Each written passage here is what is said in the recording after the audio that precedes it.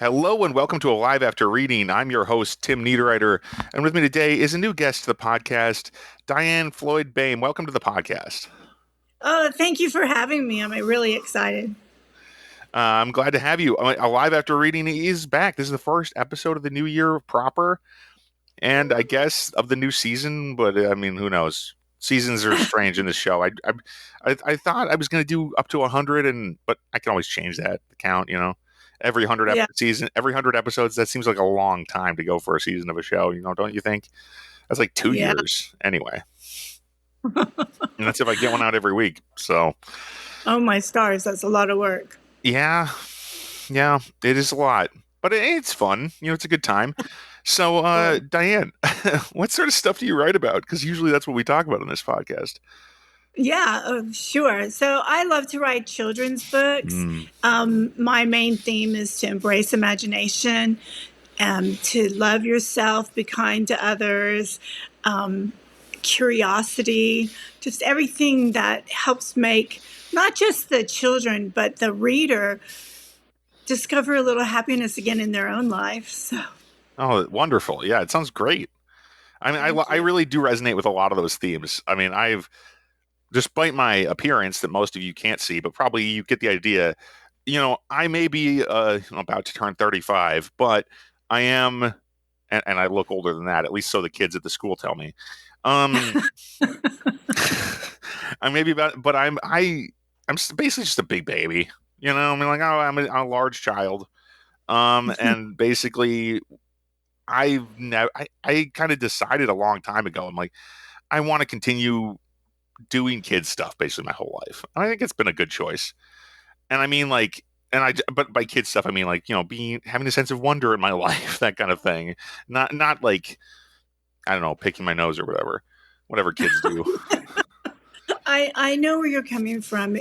It keeps. I always believe you should keep the child in you alive. So even at Christmas time, my children are grown. I try to always give them one toy, just so they can keep that magic. It's so important to keep that child. At least I believe that child in you, so that you can experience, as you use so beautifully the word wonder about life. Yeah, wonder is one of my favorite words for describing that kind of thing. Wonder and actually joy. Joy is the other one Yeah. I think of when I think of, and specifically when I think of the craft of writing or developing a skill. That's what I kind of experience most as intense joy. That feeling of like, oh, I got better at that. I'm feeling good about that. Getting better actually is more satisfaction, but just the experience of getting better is joyful in and of itself. Absolutely. The experience of Absolutely. looking back at getting better is where you get satisfied, where you're like, oh, okay, I did it. At least that's my opinion. That's how it works for me. No, that's a great explanation. Absolutely.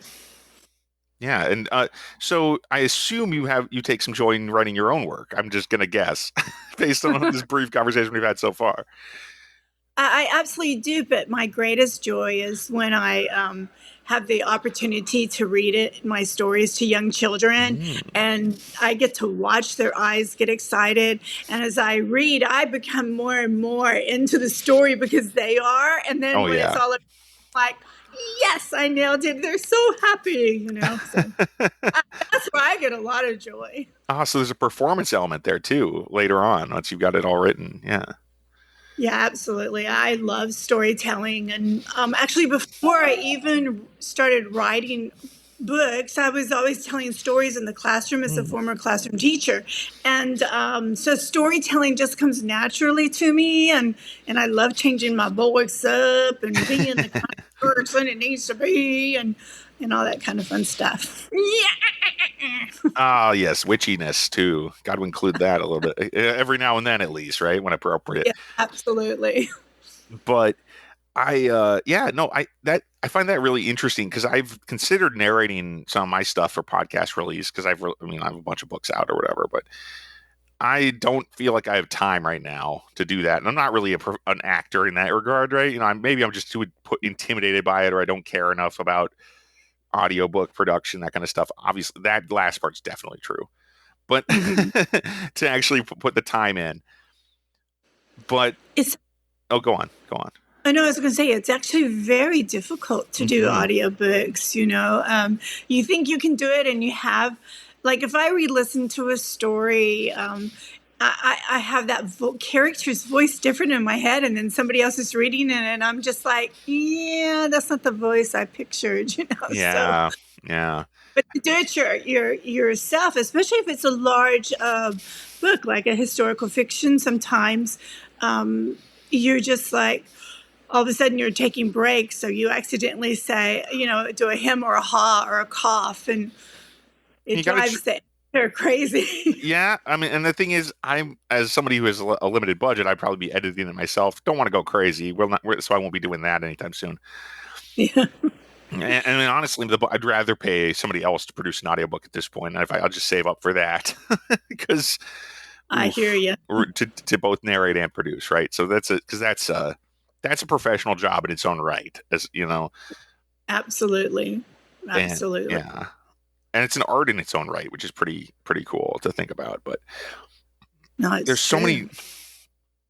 I guess not to get too deep in the sense of wonder for a second, but I have this feeling sometimes where I'm like, you know how weird it is that humans walk on legs, that dogs walk on four legs, humans walk on two. How hard is it to just how hard was it to get to this point, right? Snakes and their slithering is way more complicated than it looks. And I'm like, yeah, getting around isn't easy, but everybody seems to have figured it out. I mean, except for trees. Anyway, Unless you're writing a fantasy book, then the that's trees do true. quite well. That's a good point. They get around those trees. Speaking from Though I experience. must tell you, when you said that about the snakes, so only one time have I done it, and I think you pronounce it spelunking, where you go into the caves, Yeah. and I didn't really understand quite what I signed up to do.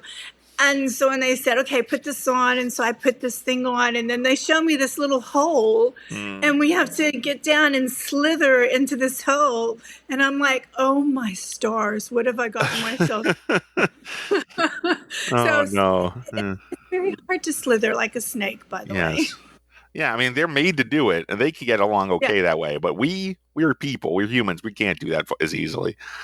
And So but I guess the part that just struck me is like, well, every animal figured it out differently, right? Like, or like you consider like how like we still can't fly like birds, right? We never figured out how to make a machine that flies like a bird. I'm pretty sure humanity has yet to get those wings down so to make one at scale that a human can fly around in, at the very yeah. least, right? But they did it without any technology somehow. I mean, it took a long time, obviously, to get to air flight. Yeah.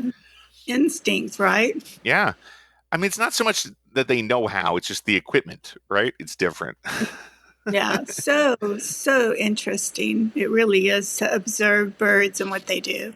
Yeah. Did you know you can now have the we have one now, so you can get a birdhouse and it'll have a camera inside it, and Hmm. then on your own app you can see the little bird come in and have its little food, and it's amazing to We got watch. one of those for my dad for Christmas. My Oh, siblings you and I. did? Yeah, we gave him one of those as a collective gift. Yeah, he That's loves the so cool. birdhouses. Yeah, bird feeders, Yeah, birdhouses, all that stuff.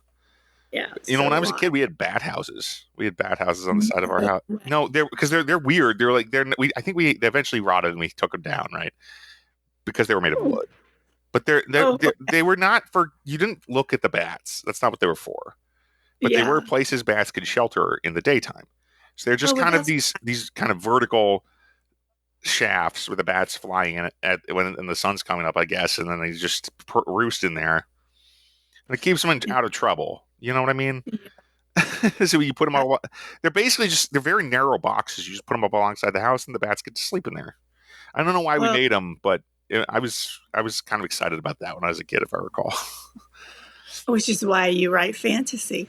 Perhaps, among other reasons, right? I mean, I guess I mean I think we've kind of touched on why you write for children, but is there a particular reason you like the younger audience approach beyond um, beyond the themes and stuff that seem appropriate? yeah, I think my background is I have a degree in Hmm. elementary Oh, of education, course, yeah. and I've taught from preschool all the way up to eighth grade, actually. Hmm. But I love the sense of wonder that they have. And I am like you. I am a giant kid. Ah, I really, yes. yeah. So everyone else, like if I go to a party, all my friends are over here, and then I notice there's some children, and then I end up, let's go have a hot dog. I'm at the kids' table. Not terrible.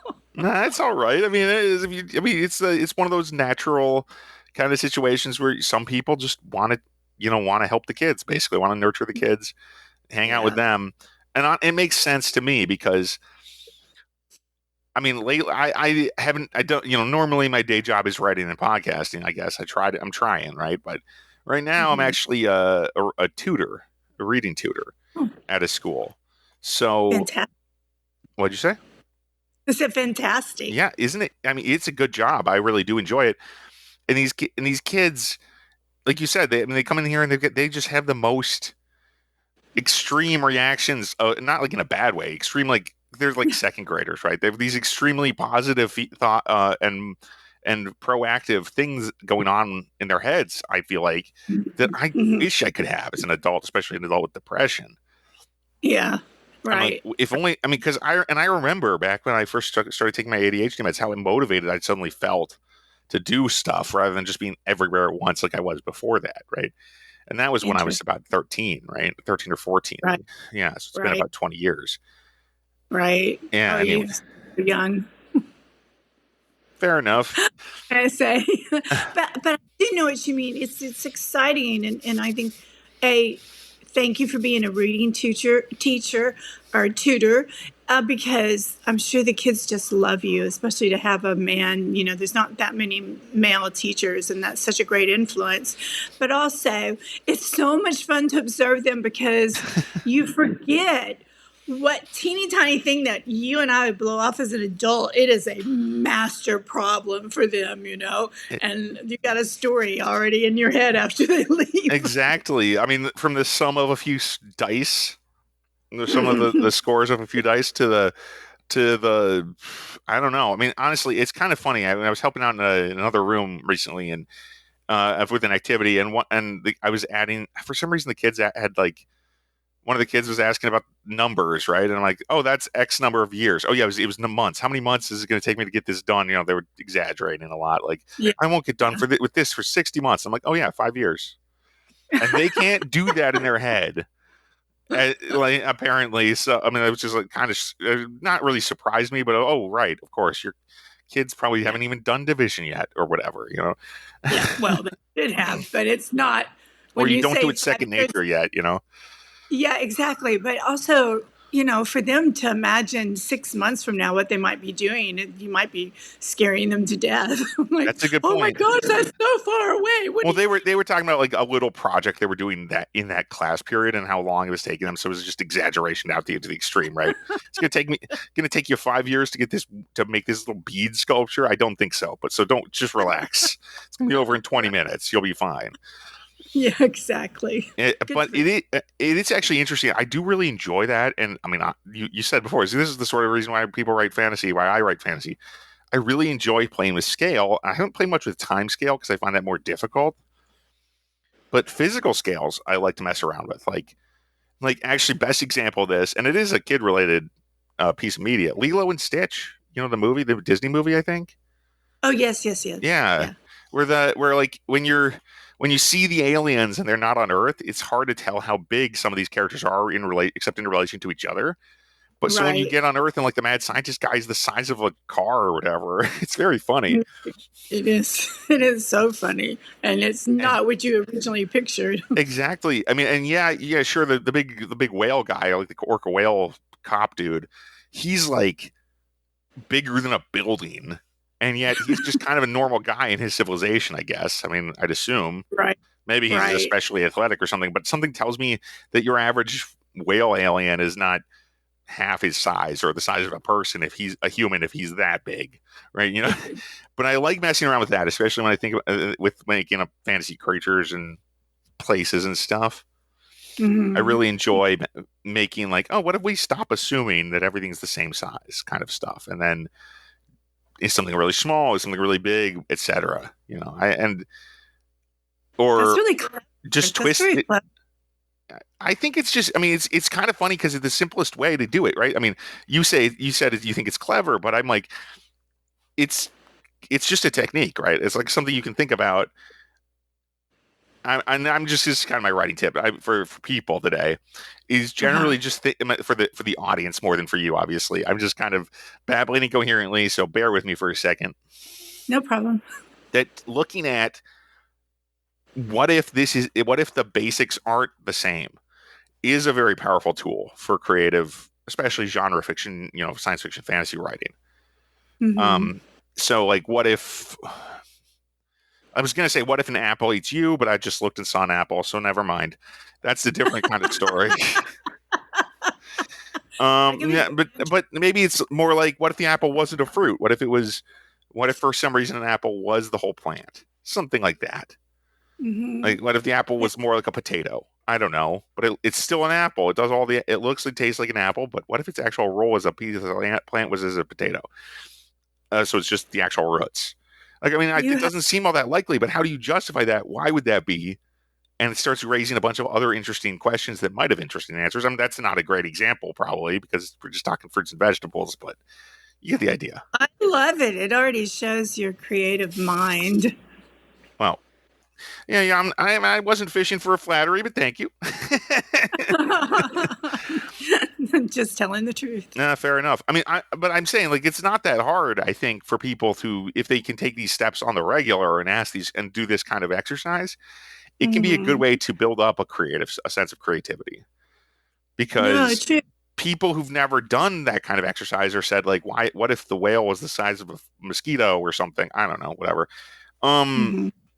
or I mean, any number of what ifs, right? The what ifs that don't make any sense are kind of a good place to start. Is my basic Mm-hmm. advice there. Mm-hmm. Like and sometimes it gets too much for an actual story, right? Like I do think my Pillar Universe stories are too much, honestly, even for a science fantasy, which they are, because that setting is too much. And even though that's the most original part of the whole story. Is otherwise it's basically Star Wars style stuff, for Star Trek maybe at the most far flung. But the universe is so different that it's like it stops being of any real use to me as a storyteller. It's just an extra thing to tote around with me as I try to write these novels, which is why there's only one Mm-hmm. of those written at this point. But you again, it brings up the word wonder Hmm. again. Your scales. What if? And it makes you wonder, wonder, wonder. So if everyone would just take a break every once in a while, especially if they feel stressed, just go outside, look at the clouds, and even if you can only take 2 minutes to get down from the elevator outside for Yeah, a few and have a moment to wonder and think about what if that apple you were about to eat on your break could turn around and become something else. That'd be kind of interesting. Yikes, what just happened? It turned into it turned into me telling me, why are you working? yeah. I mean, well, yeah, that's funny actually. What are you doing out here? I mean, what if the apple gave you good life advice? Would be a funny one too. Oh, that Instead of would you be eating it, scary. it gives you advice. I guess. I was actually telling my family member, you actually need to chew before all your food really well. Your stomach does not have teeth. And they're Oh like, my, that's a scary thought. What if it did? Oh no. Grinding it up. Okay, that's like, yeah. well, I guess cows kind of have stomachs like that. Anyway, Anyway, no teeth, but you get the no idea. teeth. Um, that's an interesting thought. Oh no, that's why cows eat rocks sometimes. Do you know about that? I think No, it's I did cows. not. Cows will have a rock or something in their stomach to break down bigger chunks of food. Just Wow, the little had no stones, idea. little stones. They'll eat pebbles or whatever sometimes for that reason. Right? Not like big Oh, rocks, but good. just it helps them Right. with digestion. They do it on purpose. Wow, incredible. Um, If I ate a rock, I think I would explode. I might be wrong about that. I might be thinking of a different animal. I'm pretty sure that was That's cows. okay. I just think it's an animal Yeah, doing that, some right? kind of animal does that. I just, But yeah, it helps. I guess it helps crush it because they yeah, don't have teeth. yeah. And There you go. and there's theories that make that like those big long necked dinosaurs. They might have had an Yes. extra brain, I think, or an extra heart. I forget which. One in the Yeah. head, one in the body. Hmm. Um, because they've got such long these long necks that they're like, okay, that neck is so long, it makes a giraffe look tiny, right? So Yeah. how do they control? How do they get the nerve feedback? Because now the distance actually matters. It's not like Hmm. when you poke your finger with a spindle or whatever. Anyway, never mind. That's random. But it's just like that's the kind of thing I like to think about, and I tend to think about that a lot when I'm creating work, when I'm doing world building. And I do a lot of world building just for fun. That So makes total yeah, sense if you're in fantasy. I mean, absolutely. Let me see.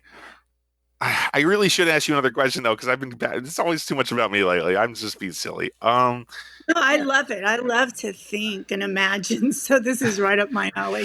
Yeah, brainstorming. I mean, my favorite podcast of all time. My friend Dave Robison created it years and years ago. So I think it's still up on the internet. It's just there aren't any new episodes for a while. But for maybe 5 or 10 years now, time. It's a silly thing, It but is. Dave created this podcast with some help from his friends and collaborators, other people like Brian Humphrey, who's also an author, and people like that, people he knew, and a bunch of guest authors and guest writers, including me. That's why I met him, you see. But Hmm. it's basically he would just he created a podcast. He called it the Roundtable Podcast, and I think it's called Archivos Insights before it went off the no Archivos, whatever Archivos Podcast, whatever it's called. But it went off the air because it was too much work for him to make it, but it was so good because basically what they'd do is they'd bring on a team of people. It'd be different. Everybody, Dave would be in there every week, but they'd be a Hmm. different team of people and they'd brainstorm story ideas Oh, I on love this that. podcast and just record it. And it's like, okay, that's great. It's so fun. It's such a good exercise to listen to it. That's why it was my favorite show pretty much I've ever listened to as far as podcasts go. It's great. Um, That so sounds like fun. recommendation, if you feel like diving into an archive, now there you go. Of course, I mean, listeners, if you haven't listened to my archive yet, I recommend you listen to Roundtable Podcast first, to be honest. It's much better than my show, but I try. I try. I bet you do. Anyway, I enjoyed actually today listening to a couple of your interviews. I think I was telling you backstage. yeah. So yeah, I recommend your um, listeners to be sure to check out some of the past ones. Their interviews, they're quite good. Oh, Besides your show, oh yeah. I mean, who did you? I mean, I'm just curious. Which did you listen to any? Like, was it just Joshing anything like that? Where did you find these interviews? Because I I looked I up lose because track. yeah. So I googled your name, of course, Of course. and then oh, so he's on YouTube for some interviews, and I just started clicking Oh, around and of listening. course. Yeah. Okay. Yeah, YouTube is an interesting site, right? Because it's got all this. You can find almost anything there, and it seems like practically everybody has a presence there in some way or other, either as a watcher these days, or at least in my generation, everybody either watches YouTube or makes YouTube or both. I love YouTube. Yeah, it's my addiction right now. And the funny Yeah. thing was, when I was in college, YouTube was young, and I was like, Mhm. it seems stupid. I don't want to watch short form video about weird like clip shows and stuff. I mean, I'm like, what would I need that for? And now I'm like, And oh, it turns out you can put any kind of video on YouTube, basically. yeah, exactly. And also watching all kinds of former television Mhm. shows, and I mean everything's there. And Yeah. I still have my huge collection of CDs, but I don't even use them. I like to do karaoke, so Mm. I just go, oh, let's karaoke to Whitney Houston today. Yeah, no, actually, that is one of those things. Like, YouTube is such a. I mean, I'm just kind of blown away by how discoverable stuff is because I recently made a new YouTube channel and released a few, started actually releasing videos on it, and it's funny to me. I mean, well, I'm not going to go too deep into what it's about, but it's not writing related directly. Right. So, but it is like, okay, people noticed this like immediately. People started actually Mhm. looking at it and boosting it and paying attention. And that's kind of shocking, especially because it's so difficult to get books out there. Yeah, I mean, independently publishing, it's a Yes, very. beast compared It to is. video. It's so hard to get anybody to pay attention to a book compared to a 20-minute video. No, you're absolutely right. I even wrote an article about that. Oh yeah. Writing is a beast. That's what it was called. Oh really? Wow. Yeah. So Yeah. No, it's what was the name of the article again? Sorry, we're having a little connection problem. Oh no, that's okay. Um, I want to. It sounds funny, but it was like creative writing can be a beast, Okay. and how do you attack the beast with your imagination? Hmm. And by the end, I'm hoping I'm inspiring people to get their story out because I believe we all have a story. You just need to learn how to make it happen and have faith in yourself. Yeah, no, definitely. That's good advice. That's almost like the best starting advice you can give any author, any writer. Like, if you're just starting out, just have faith. Just Mo- and even if you don't have faith in yourself right now, have faith that you can become somebody. So you can gain the skills, the ability to actually write better. Because the only way to do that is by practicing, right? I mean, it's one of those really simple equations of, at least for me, there's an aptitude. It just gets your foot in the door, right? Being good at something right off the bat, beginner, it's practically beginner's luck every time. And also, no. It, but having a little bit of a push, I mean, somebody to encourage you, that's way more important than actually being yes. good at it right off the bat. No, you're absolutely right. And I try to tell young kids that look, look at all the your heroes in sports or the astronauts, or even the people in the past that helped start the Red Cross. They Hmm. didn't go, "Oh, I think today I'm going to be a nurse and give somebody a shot." They actually had to study it. And Yep. if the singers, they didn't just, Paul McCartney probably had a moment that he Mm. really couldn't sing, right? But he Yeah. just kept practicing. And so, no matter what it is that you want to do in life, you have to realize practice makes you better. I'm not a believer in perfection because then you'll never get there, right? Hmm. It stifles you. But just enjoy it, embrace it. And as you said, the beautiful word, it brings you joy. Absolutely. Diane, what are the Yes, titles of your books right off for now? Because we are running a little low on time for this episode. I think there's still some time time goes left, by. but I Yes. want to turn it toward your books for a little bit because we have talked a lot about random stuff and creativity and great stuff. But yeah, let's go on to the second half of the show, I guess, shall we say? Sure. So, what I'm really excited about right now is that my little character Boomer, Hmm. he's a bunny rabbit and did really well. So now we've turned him into a series, and so Okay. his new look and everything's about to come out. You can purchase the Kindle version right now, and but you can get the pre-order of the hard copies. That'll be around in April. Oh, And there's cool. two more books going that are in production at the moment. And I think I have about 5 stories written, waiting to see if they pass the mustard with the with the publishers. And then I have A Time to Fly, which I love because it's all about a little bird.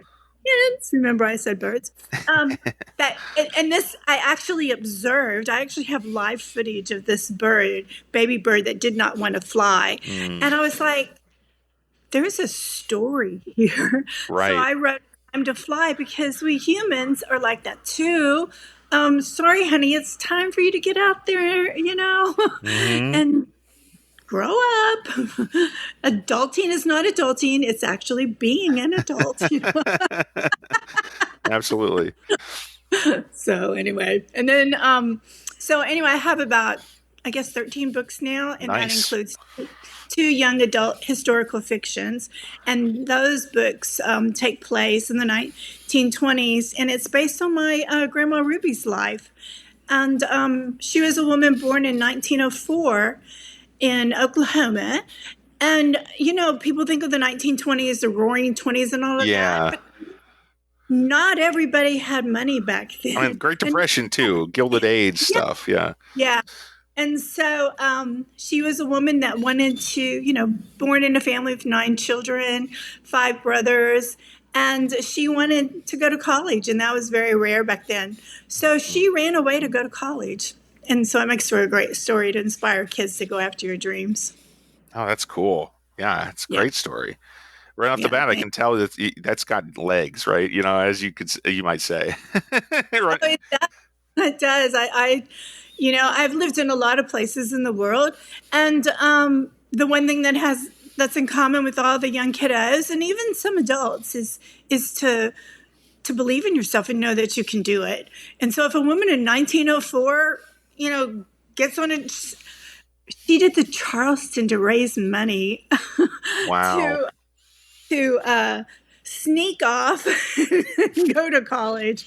And so if a woman like that can get the, as my mother calls it, fire in the gut to go and do that, then everything we have going for us today, I think we can get the fire in the gut and go for our dreams. What do you think? I mean, I'd agree. I mean, I can, I mean, I would say I'm not to be about me, but like, I feel like that's obviously that really does resonate with me. That's what I'm trying to say. I'm just Uh, kind of, I didn't expect the question that, that kind of question because I mean, I think you probably the listeners are probably tired of me saying, I was diagnosed with autism when I was 12, that kind of thing, and I've had problems my whole, and I'm like, and I couldn't write a character to save my life to start with, that kind of thing, mhm. and now I can, now I got it, I got it down. It took a lot of practice, but like I had a long way to go. I still have a ways to go probably, but I'm getting there. I've come a long way too. So Uh, yeah. that's the beauty of writing. We improve, Hmm. and we grow and start believing in ourselves. And look at you, where you are now. You have some good stuff out there. Oh, thank you. I mean, uh, oh man, I feel like I'm not doing enough lately, but it's okay.